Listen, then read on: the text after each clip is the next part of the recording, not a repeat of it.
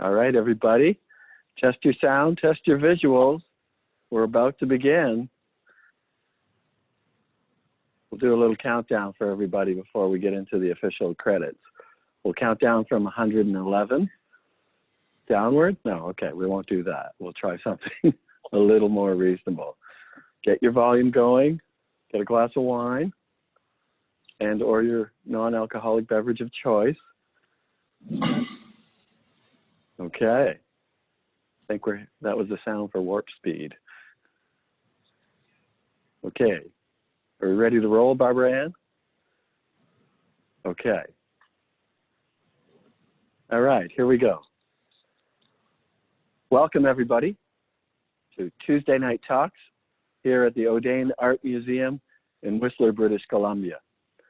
And thank you. We've had over 300 people register to participate in this talk tonight. So it's an ongoing success that will keep going through May and June. So tonight we have a real special treat here by the flashlight glow in the museum during this period of closure, but that doesn't stop us. Right over my head is one of the marquee commission pieces at this institution entitled "No Thing Is Forever."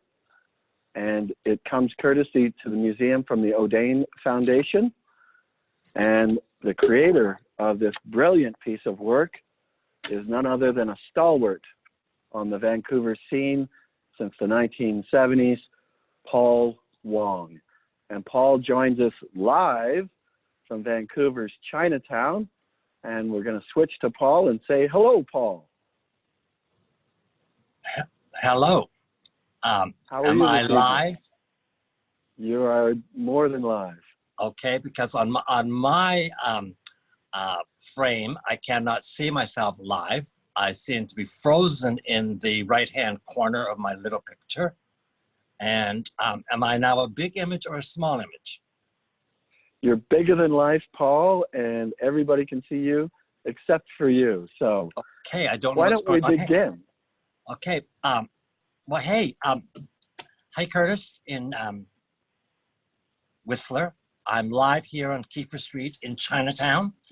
And thank you all for joining us wherever you might be. This is going to be fun.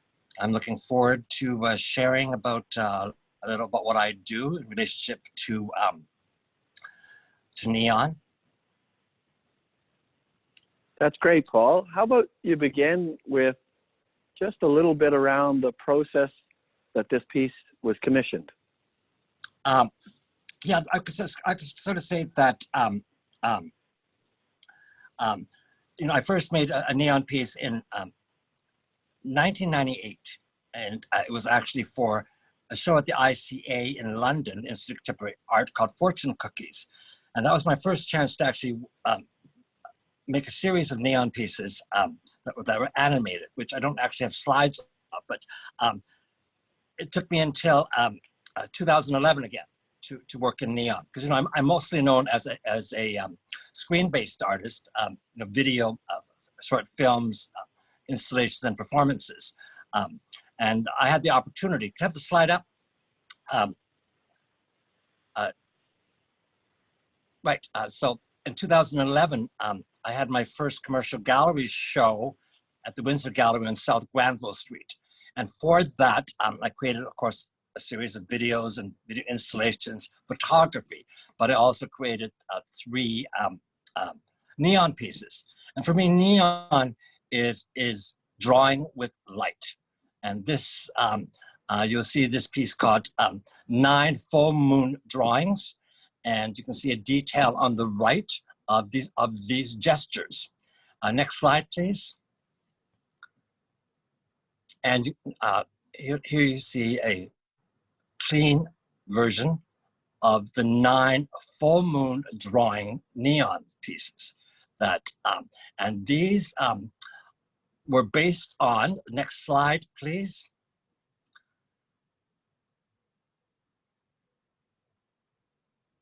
Several years before I made these neon pieces, you know, I was in Nicaragua, actually, on a mountaintop, and there was a brilliant full moon, And I was out there with my point and shoot camera.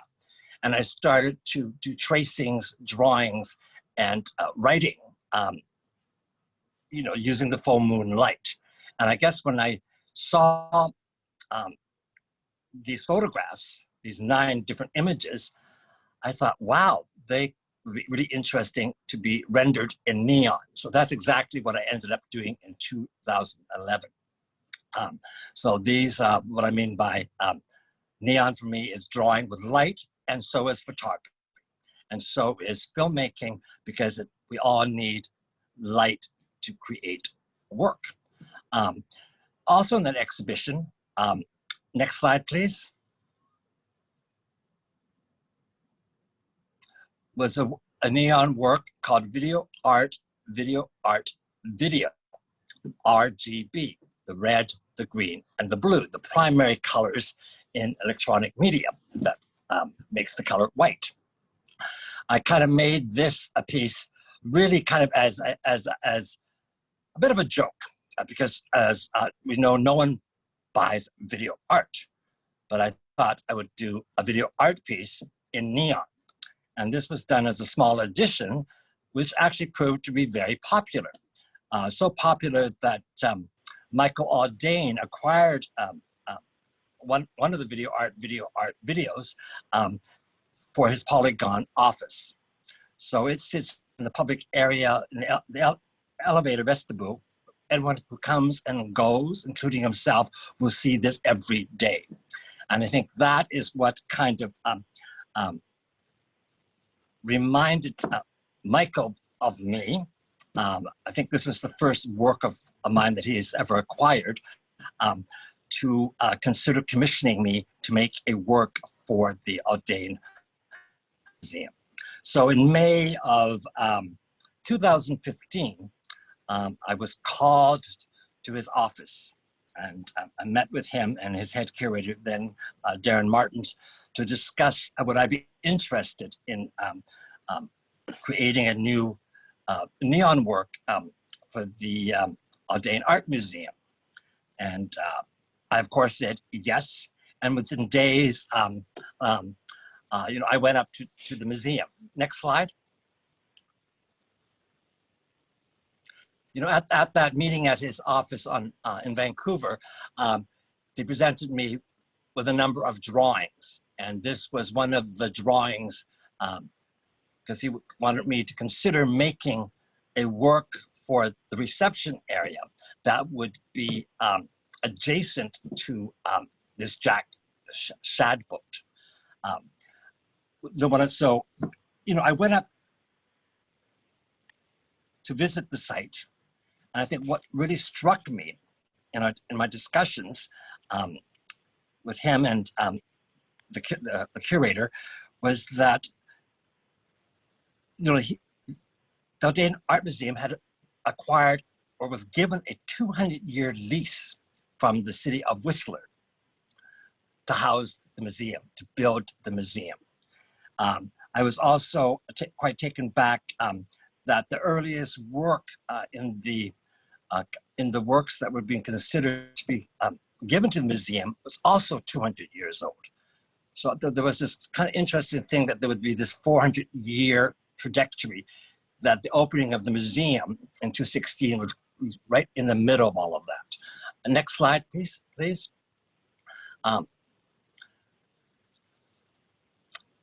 So I went up to Whistler and I considered a lot of things. I considered the space, what it was supposed to serve as the kind of reception area. And shortly after my first visit, I met again with Mr. Audain, and I presented this rather loud, animated concept.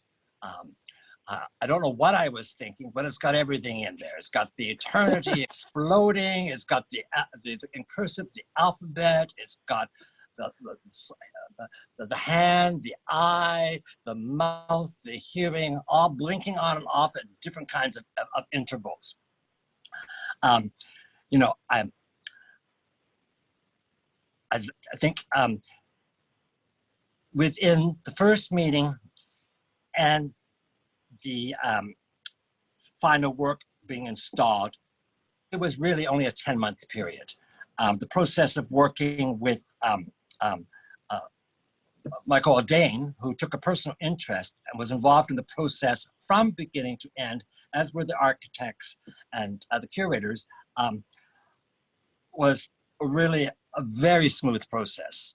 So we went from this idea, next slide, please,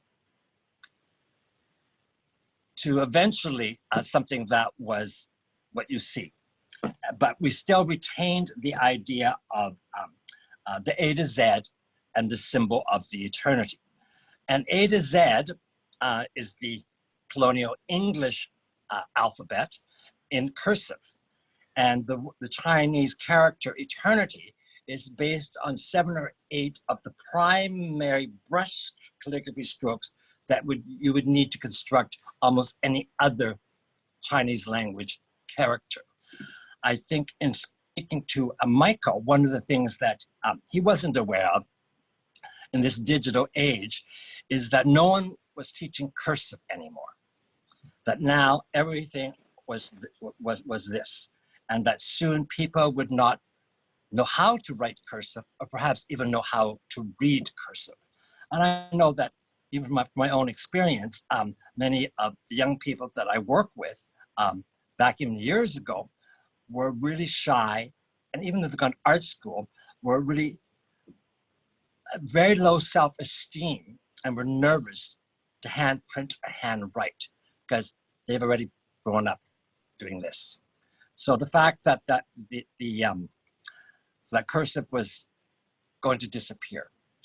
And one of the other things in this proposal was this work is really made to be seen 50 years from now, when a whole other generation would be so removed from cursive. But I also wanted to use 2 colonial influences, English and Chinese. That's because those are the languages that I know. And my mother's first language was Chinese, and she learned in night school to speak, read, and write English when she arrived here and went to night school in the mid-1950s. Can we flip to the book? Sure, we can. Okay, so this is actually the book that I took to show Michael. That is my mother's notebook that I found that she learned to read and write English in the mid-1950s. And there's diagrams with like teapot with the English name, a beater, a spoon, and then little phrases. What you can't quite see here is that she's very delicately written in pencil in Chinese right above some of the English words. So this work, was really influenced by language and how language changes and shifts. Next slide, please. So you can see a part of making this work included making sure that it had a very stable frame, an armature that is all made from stainless steel. In fact, the armature took a lot more time and resources and expense to make, because in fact, to make the armature required 90 cuts of metal, shaping and soldering it, and of course finishing it off. And like I said, I work with manufacturers. I don't do a lot of this work myself. I don't bend the neon. I design it, and then I work with the people that know how to put these things together. Next slide. This is the yellow letters in the color spectrum. And these are now letters that have all the tubes have been blown, filled and sealed with glass and bent into their shapes, into the Y, the Z, the X. And that's, the people who do that are neon makers, and they're known as benders. And people will often come and look at your work and say, boy, you work with a really good bender. I really liked your bending. Next slide. So now you can see two versions of A and B testers that I made for shape and size. I rejected the top one, A and B, because I didn't like the way that on the top one, how he bent and wrapped, went around the stroke. I liked it with one continuous fluid line. Next slide. And now you see the testing and seeing all the components together for the first time in the workshop, the A to Z laid out on the grill, and all kind of loosely wired up to make sure that it all fits, looks good, and works. Next slide. And now you'll see another shot of Eternity not lit up with the alphabet. Next slide. And now you see, this would have been in early 2016, just before the opening of the museum. You can see the grill being installed. And next slide, please. Whoa, I lost you. Uh-oh, what happened here? Hello? Oh, we lost him. I lost you. I'm gonna have to come back on. Hold on. Chat with people. One moment. Okay. Chat. Well, we're just a slight technical problem. I'm coming right back. I'm gonna sign back on. Keep chatting. Okay, so. Can you hear me? Yes, we can hear you now, Paul. Okay, thank you. Can you just chat while somebody texted me and blanked out my iPhone. So now I have to come back on. So you can't see me, right? No. No, we cannot. Okay, so what I'm gonna do, hello everybody, we're Zooming live. This is live television. I'm going to go back to the email and I'm gonna re-click to join. I'm opening, okay. There, you're back, yay. You were back, and now you're gone again. Audio? Got audio, we're good. Thank you, Paul. Am I back with We picture? got video. You're full on. Am I back up? Yes. You can see me? Yes. Hallelujah. Okay, I'm back. Hello, everybody. That was a little bathroom break, okay? What slide do we have? We're at the final image of the actual work here installed at the museum. I see that. So what you're seeing now is the final work installed with the the metal armature. On top of that is A to Z in color spectrum, and then Eternity on top of it.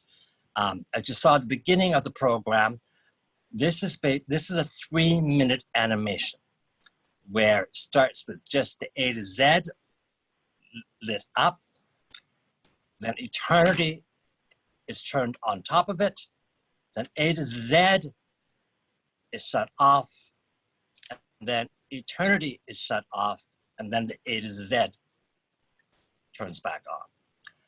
Because I wanted to have movement. And this was something that, Michael and the others were not sure about at all.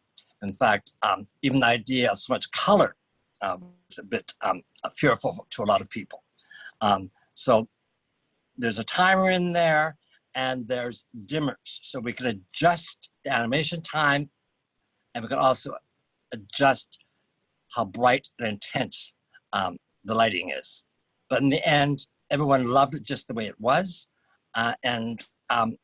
It was great to work with a team really at the high point of all their careers, from the curators to to Michael Audain, to the architects, to the engineers and managers, because everyone really everyone was kind of inputted. Everyone wanted a piece that they would be proud of, and I'm proud of it. I know that it was really a beautiful commission. Okay. So that's it for my presentation on no, and the reason why it's called No Thing is Forever, that no thing is forever. I think in time everything changes and everything evolves. I mean, eventually I think the glass will break and fall apart and not be bothered to be repaired. The museum will probably not be around. English, cursive writing, and why I made the armature so well, the steel framework really well. I could just kind of see that, laying in some bottom of some pile of something that someone's going to dig up hundreds of years from now, and that will still remain. That's wonderful, Paul. Thank you so much for that explanation. And I can assure you, as I wander around the museum in the dark, we put this piece on just to animate that experience. So it works quite well when the museum's closed as well as open. So now, Paul, we'd like to move to the Q&A part of the evening. And I have a number of questions that came in today from a variety of people. And I'm going to start with a question from Kylie in Mount Currie, British Columbia. Paul, can you recall a time when you were unsure of your artistic path in terms of it being a career? Hello, that's a great question from Mount Currie. I'm kind of like a child of the 70s. I'm a late baby boomer and was very impacted by the counterculture politics, the hippie politics of kind of rejecting academia, rejecting the 9-to-5, the white picket fence. For good or bad, I was influenced by all of that. And I was attracted to art and artistic expression and artists because it looked like a lot of fun and it looked like there was a lot of freedom involved in that. I'm self-taught, high school, and have mentored with many great people and learned from a lot of people, but I never had a career path. So in terms of, I never, I never added it up that if I did one, I would get to two, that would ultimately get me to my goal of 25.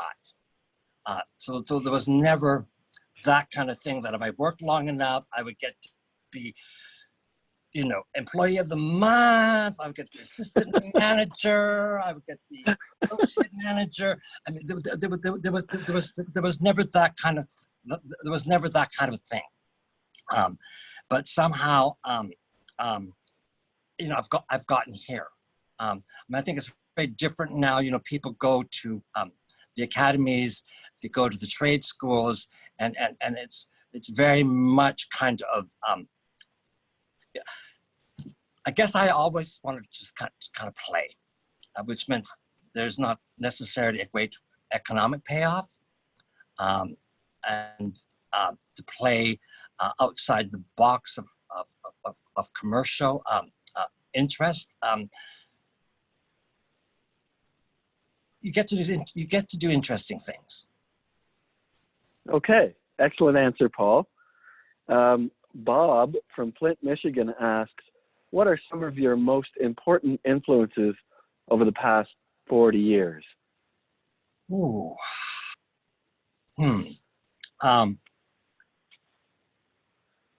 Another great question. I've been impacted and influenced by so many things. And I've also gone out of my way to relearn why I liked or disliked certain kinds of things. So I've been in, you know, certain artists and creators have really impressed me with their attitudes, but maybe not so much with their artworks. I've encountered artworks that have completely shifted the way I feel, see, and think. And I keep embracing both things from dead artists, established artists, and emerging art and art forms. And I guess I just kind of soak it all in. I'm not a deep reader. I really like to experience things, and sometimes, you know, I'm a bit of a sponge, so I can go off on kind of, and popular culture has always really fascinated me. I mean, there's obviously certain artists in certain kinds of forms, at certain times, and certain kinds of music, certain colors. I mean, I can certainly remember a time when probably like 20 years ago, halfway through, that I said, "What's the matter with you, Paul? Why are you afraid of color?" Because that was all part of the minimalism and structuralism, and people doing very clean conceptual things. You know, for the white cube, everything was very kind of like this. And I think that's when I started to embrace the idea of color. So I'm curious. I think what drives me as an artist is that I often I'm curious as to what I'm seeing and what I'm hearing, or who I'm meeting. Excellent answer, Paul. And I like the analogy of being a sponge. I think that's very apropos. Kenton from Vancouver asks, what iconic neon works of art have inspired you?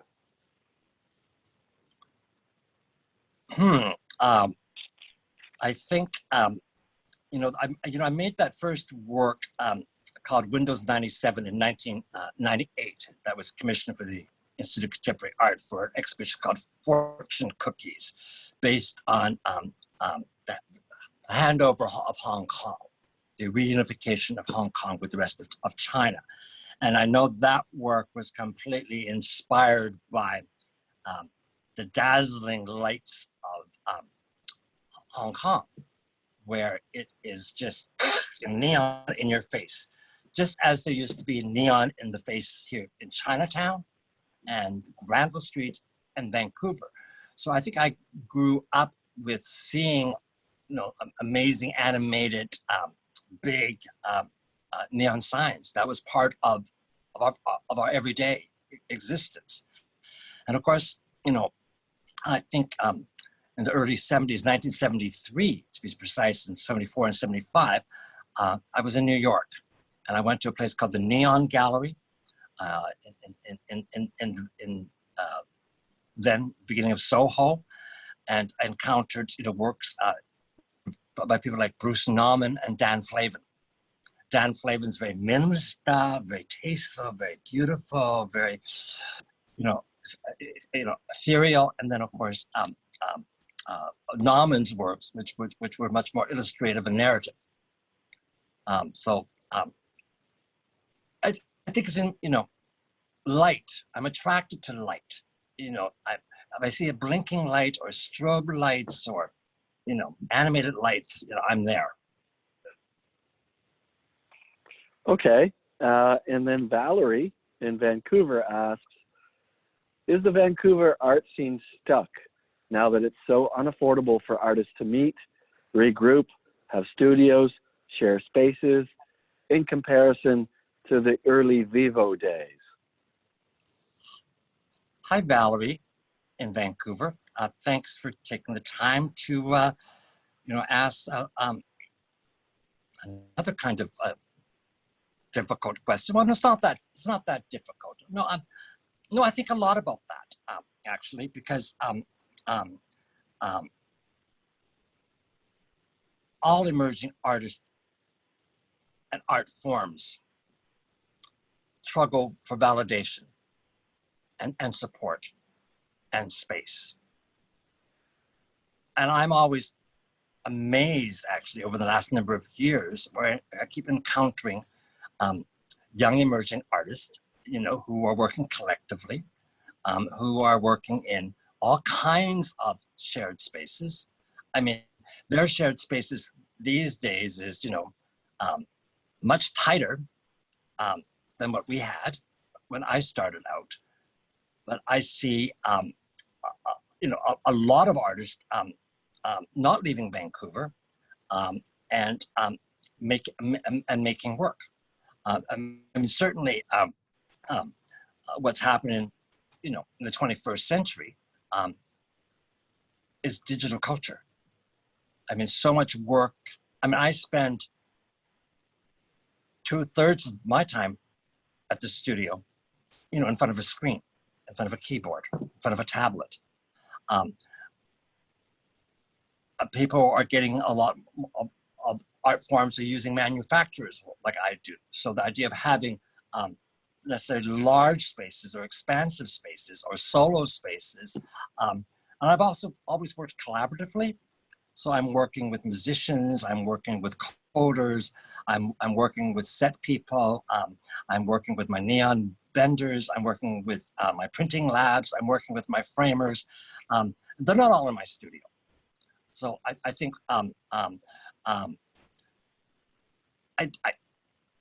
you know, perhaps for certain kinds of traditional plastic arts, where they require foundations and big, you know, monumental sculpting studios.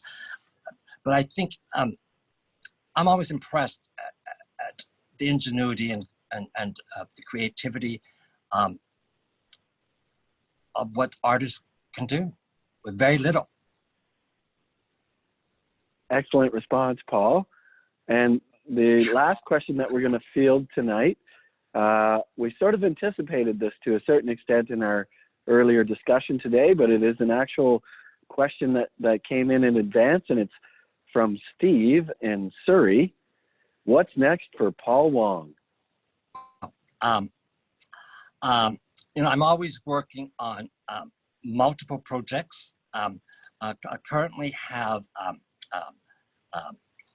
a book in production, documenting my year-long residency in Chinatown called Occupying Chinatown, a public art project that I did in 2018, 2019, which included, you know, a dozen or more new works, collaborations, presentations, events, and a couple of neon works, of which one of them is Saltwater City, Vancouver. Next slide. So this work was produced as part of that year-long residency at Dr. Sun Yat-sen Gardens. It was a City of Vancouver commissioned artist residency. And this sign in Chinese and pronounced in Cantonese, Ham Sui Phao Wang Guo Wa, translates to Saltwater City, which is the first three characters, which in Cantonese, and particularly my mother and father's dialect of Twisanese, is what the Chinese around the world, particularly southern China, San Francisco, New York, Chinatowns, which were all populated by people from southern China, commonly called Vancouver. Ham Sui Phao, Saltwater City, was the name for Vancouver. And the last three characters, Wang Guo Va, Vancouver, actually means, written in Chinese, warm, mild, older brother Chinese. It was a way that the Chinese could phonetically say Vancouver. So this sign is going into a permanent location in Chinatown to pay homage to the pioneering Chinese population, who are the Twisan Cantonese, which are now disappearing from our disappearing Chinatowns. Next slide. So this is how the saltwater city was presented for almost a year at Dr. Sun Yat-sen Gardens in the Scholars Study. Next slide. And now this is where its permanent location is going to be. This is the alleyway between Pender and Hastings. And directly in front of you is the alleyway of Main Street. We're looking east. Hastings is on to your right, and Pender's to, Hastings is on your left, Pender's to your right. And the sign goes on the building at the end of the alley. Next slide. And this alley was known as Market Alley. It was a very busy thoroughfare for Chinese commerce that included many front doors to restaurants back a number of decades ago. The building that the sign will be put up on, this is just a rendering, happens to be the location of the first built city hall. City of Vancouver City Hall, the same building and council chamber where most of the anti-Chinese legislation was passed, and which discriminated the Chinese from having regular jobs and occupations, from marrying out of the race, from having family and children come and join them, where the Chinese were not treated as equal citizens.